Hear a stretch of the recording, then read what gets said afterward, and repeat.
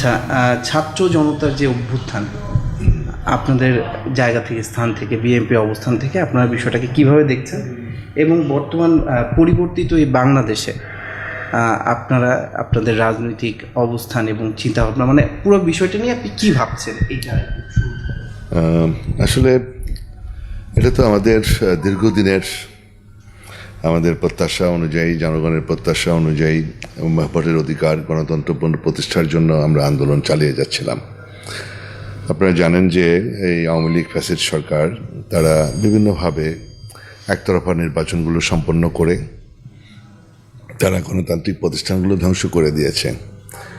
কোনো অপোজিশনকে স্পেস দেওয়ার চেষ্টা করে নাই।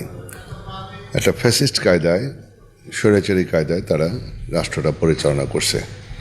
রাষ্ট্রের যে তিনটা স্তম্ভ, আপনার পার্লামেন্ট, মানে বিচার বিভাগ, আইন বিভাগ, নির্বাহী বিভাগ, প্রত্যেকটা জায়গায়, প্রত্যেকটা স্তরে আপনার দল কানাদের বসিয়ে এবং যারা ভোটে নির্বাচিত না তাদেরকে পার্লামেন্টে বসিয়ে একটা রাবার স্ট্যাম্প পার্লামেন্ট বানিয়ে তারা যা খুশি তাই করেছে, যার ফলে লুটপাট, অত্যাচার, নির্যাতন, গুম খুম ব্যাপকভাবে চালিয়েছে। কোনো জবাবদিহিতা নাই, যেহেতু জনগণের ভোটে নির্বাচিত নয়, ফলে তারা যা খুশি তাই করেছে।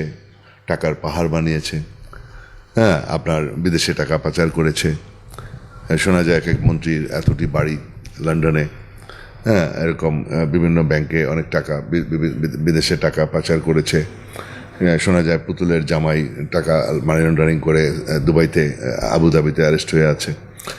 তো এই যে আপনার ঘটনাগুলো, এগুলো যেহেতু জবাবদিহিতা ছিল না, জনগণের নির্বাচিত প্রতিনিধিরা পার্লামেন্টে ছিল না, আমরা বারবার চেষ্টা করেছি এই সরকারের বিরুদ্ধে আন্দোলন করতে। আমরা অনেক রকমের অনেক শিকার হয়েছি, আমরা হামলা, মামলা, গুম খুনের শিকার হয়েছি। তারপরে আমরা আমাদের দেশনেত্রী বেগম খালেদা জিয়াকে কীভাবে মিথ্যা মামলা দিয়ে 2 কোটি টাকার জায়গায় আজকে 10 কোটি টাকা ব্যাংকে, একটা টাকা উনি তসরুপ করে নাই, আর এই টাকাটা বিদেশি টাকা, বিদেশি সাহায্য, তাকে কিভাবে মিথ্যা মামলা দিয়ে তাকে মিথ্যা সাজা দিল ফরমাইশি রায়ের মাধ্যমে। আপনারা দেখেন, তারপরে চিকিৎসা দিতেও, আপনার চিকিৎসা, তার অসুস্থ, সে চিকিৎসা নিতেও তাকে আপনার বঞ্চিত করেছে। আপনার সবচেয়ে বিশ্ববরেণ্য ব্যক্তিত্ব ডক্টর ইউনূস, সবাই তাকে সম্মান করে, নোবেল লরিয়েট, তাকে কিভাবে অপমান করছে, একের পর এক তাকে হেস্তনেস্ত করেছে। তো দীর্ঘদিনের ক্ষোভ, তারপরে ছাত্ররা যখন কোঠাবিরোধী আন্দোলনে আসলো, আমরা সমর্থন করলাম। একটা পর্যায়ে তাদের উপরে যখন আওয়ামী লীগের সভানেত্রী তিনি যখন বললেন, এদেরকে রাজাকার বানালো, তাদের দাবি যৌক্তিক দাবি, বললেন যে রাজাকারের ছেলেরা চাকরি পাবে, মুক্তিযুদ্ধের ছেলেরা চাকরি পাবে না, তো রাজাকারের ছেলেরা চাকরি পাবে, তাদেরকে রাজাকার বানিয়ে দিল। তারপরে আপনার ওবায়দুল কাদের, তিনি আপনার হেলমেট বাহিনী নামিয়ে আমাদের ছাত্রছাত্রীদের উপরে কীভাবে নির্যাতন করলো। এগুলো আমাদের সাধারণ মানুষের কাছে, রাজনৈতিক নেতা কর্মী, পৃথিবীর সবার কাছে এটা খুব হৃদয় বিদারক ঘটনা ঘটিয়েছেন তারা, হেলমেট বাহিনীর ডিরেক্ট নির্দেশ দিয়ে। তো এই যে তাদের স্বৈরাচারী আচরণ, তার ফলে ছাত্ররা একটা পর্যায়ে এক দফায় চলে আসছে, এবং সেখানে আমাদের সকল পার্টি, সকল রাজনৈতিক দল, অপোজিশনে যারা ছিল, প্রত্যেকটা রাজনৈতিক দল, বাম ডান, সবাই সম্মিলিতভাবে আপনার বিএনপি, জামাত, হেফাজত, তারা তো নির্যাতিত, দীর্ঘদিন যাবৎ নির্যাতিত। হেফাজতে 5ই মেতে কী করছে, পাখির মতো গুলি করে হত্যা করেছে।